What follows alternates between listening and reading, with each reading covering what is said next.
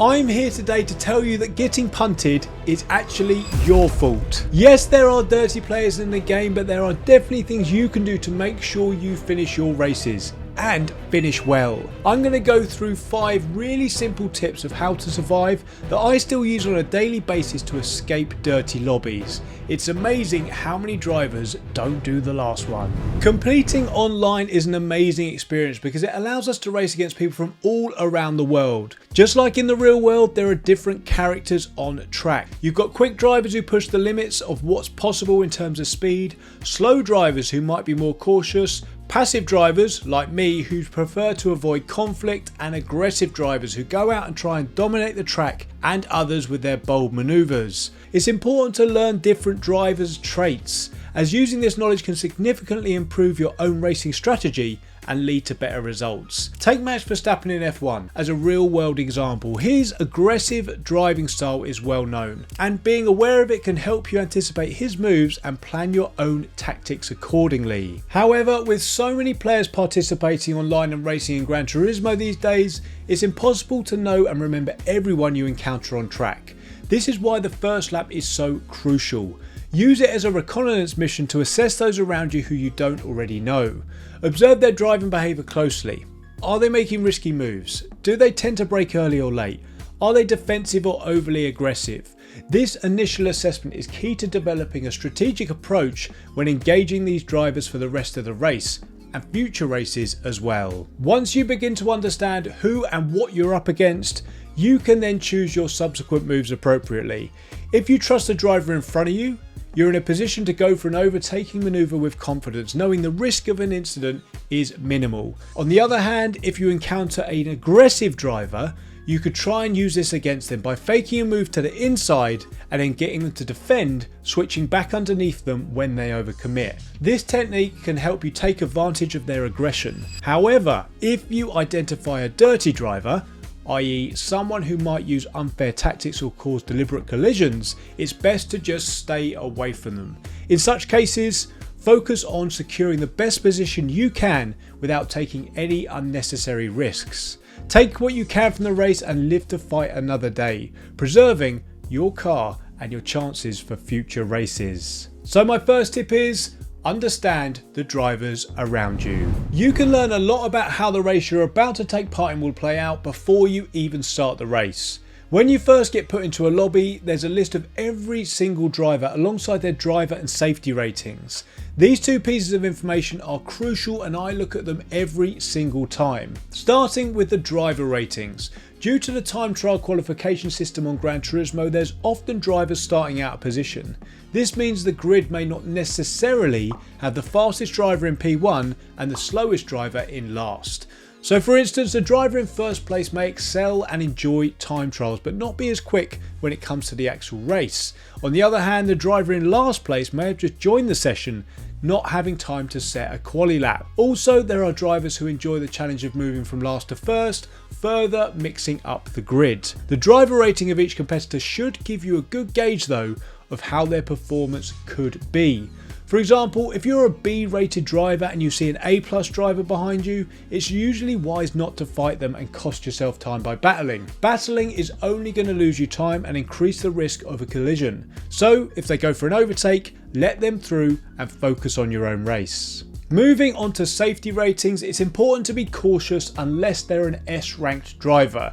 Achieving and maintaining an S rank on Gran Turismo is relatively easy. So if a driver doesn't have an S rating, it's for a reason and you can anticipate potential issues when racing close to them. Lower safety ratings often indicate the driver might be more prone to risky, erratic or even dirty behaviour on the track, which could ultimately compromise your race. Keeping an eye on these ratings help you identify these drivers and will assist in allowing you to navigate the race more strategically, avoiding unnecessary incidents and maximising your chance of a good result. Being aware of these ratings helps you race smarter and will improve your overall race performance. So tip number 2 is check everyone's driver ratings. Almost every race there are moments where you can see a bad situation unfolding before it actually happens for someone else, yet despite recognising the danger for them, you find yourself caught up in exactly the same thing later down the line. People often lose time and ultimately lose races by getting involved in incidents that in hindsight were completely avoidable. To prevent this, it's crucial to proceed with caution during risky times, for example on the first lap. Pay special attention to corners where people are more likely to outbrake themselves, such as turn 1s at Monza, Fuji and the Nürburgring. These are well-known hotspots for accidents, and being cautious here can save you from unnecessary trouble. Once you've survived the first lap and are then looking to go for a move, avoid attempting it in places where it's easy to lose the position again. For instance, making a move right before a series of tight corners can be risky as the chances of contact are increased. Instead, set up your move in advance. A solid strategic approach I and many others use is to position yourself for an overtake in the corners leading up to a long straight. By getting your opponent to defend early, you can compromise their exit speed, allowing you to get into the slipstream and outbrake them at the end of the straight, completing the move when they're vulnerable. This method not only reduces the risk of immediate retaliation, but also puts you in a stronger position to pull away. Additionally, consider your lines you take through the corners. Opt for a wider entry and later apex if it allows you to maintain your speed onto the straight, giving you a greater chance to pass or defend depending on what situation you're in. Speaking of defending, when it comes to defending a move, be aware of places where you can get potentially squeezed into the gravel or run into a wall. These situations can end your race prematurely. Position your car smartly to avoid getting pushed into these dangerous spots and know when to give up to avoid running or being run out of track. Moreover, when defending, keep an eye on your radar and mirror. Some may be more aggressive and willing to take risks that others would not. Knowing this can help you decide when to defend robustly and when to let a faster car through to avoid a collision. There are times in a race when you can relax and things are relatively calm. And there are times when the risk of something going badly wrong for you is much higher. Understanding these different phases can greatly improve your race strategy and overall performance. At the start of a race, the tension is super high and the risk of incidents is significantly elevated. Everybody's jockeying for position and the field is tightly packed, increasing the chances of contact. It's essential to be extra cautious and avoid unnecessary incidents during these opening moments. When you're on different strategies or tyres compared to other drivers, this can also be a high risk period.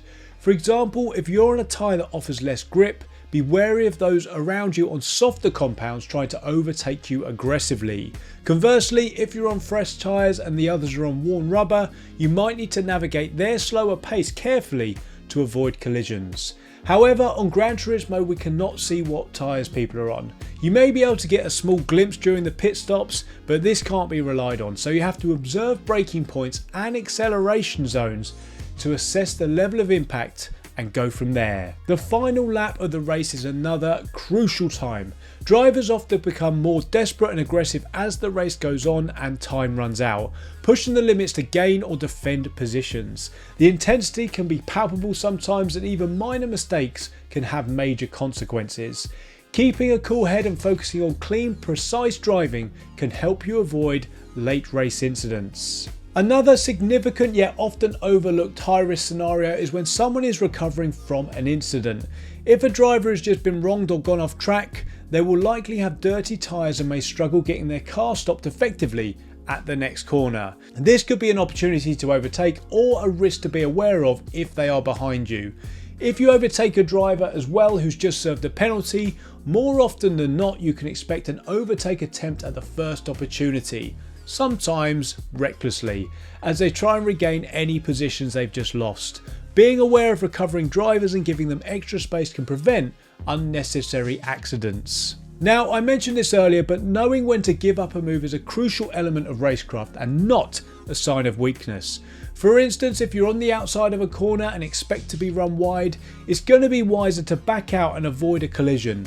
Learning to lose the battle and win the war is an invaluable lesson. Fighting aggressively over positions in the early laps, such as laps 3 of 10, often just leads to lost time overall. Remember, no medals are handed out at the end of lap 6 of a 15-lap race.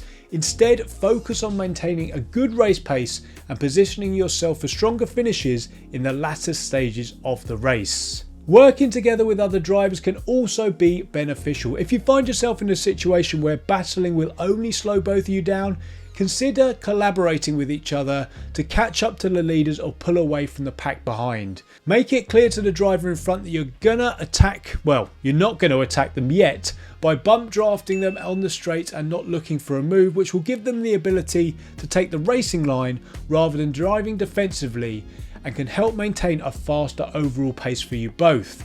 Don't worry, you can attack them at the end. By understanding these different phases of a race and adapting your strategy accordingly, you can navigate through high risk situations more effectively.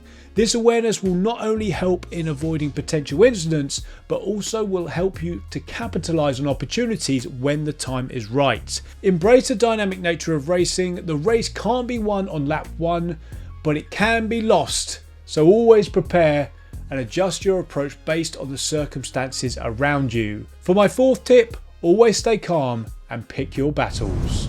Contact in pretty much every single instance is not a good thing and going to lose you time. The only time that this isn't the case is probably when bump drafting. To explain for those who are unfamiliar, bump drafting, often seen in NASCAR racing, involves two cars where the car behind, which is travelling faster due to the slipstream, pushes or bumps the car in front and increases the speed for both of you. But as a general rule, it is best to avoid contact at all costs. The key to achieving this is to maintain situational awareness at all times, as just because you proactively avoid others, sometimes you'll need to react to avoid others contacting you. So having your radar on at all times and knowing how to use it effectively is an absolute must. The radar can provide the crucial information you need about where other cars are around you, helping you to anticipate and avoid potential collisions. I keep my radar on constantly and always have half an eye on this in my peripheral vision. The only exception to this is when I need to check or change settings like brake balance or fuel. Even then, I ensure I only do these actions on a straight section of the track. This minimises the risk, as straight sections typically offer a more calm and stable environment with fewer immediate threats of contact compared to when you're in the middle of corners or approaching chicanes. As I said at the beginning, I see so many drivers get involved in incidents where it's clear they just didn't have their radar on. It amazes me how many people don't have this on, as so many crashes could easily be avoided. Tip number 5, have your radar on and be aware of what is going on in it at all times. I've got one more actually, just to try and give you a little bit more value. All of the previous tips I've given you are on top of just driving. So to do any of these things effectively, you need the headspace to do so. If you're using all said headspace and just trying to stay on track, you won't be able to do anything else. Meta cars, so cars that are clearly the best, are present on each and every track on Gran Turismo, but using the best car means nothing if you are always one moment away from crashing every other corner. I'd rather be in a car that I'm comfortable with that is a few miles an hour slower on a straight than a car that is quickest on the straight but wants to kill me for the remainder of every single lap. So my bonus tip, don't beat yourself, pick a car you're comfortable with so you can do everything I've mentioned so far in this video. The best way to ultimately get away from bad drivers is to beat them on pace alone. Here are my best tips to get you to A+ driver rating and reach better lap times. Click that video there, I promise you'll find value in it. I hope you enjoyed this video guys. If it did you a favour, could you please do me a favour and hit that subscribe button. Thanks for watching guys, and I'll catch you in the next one.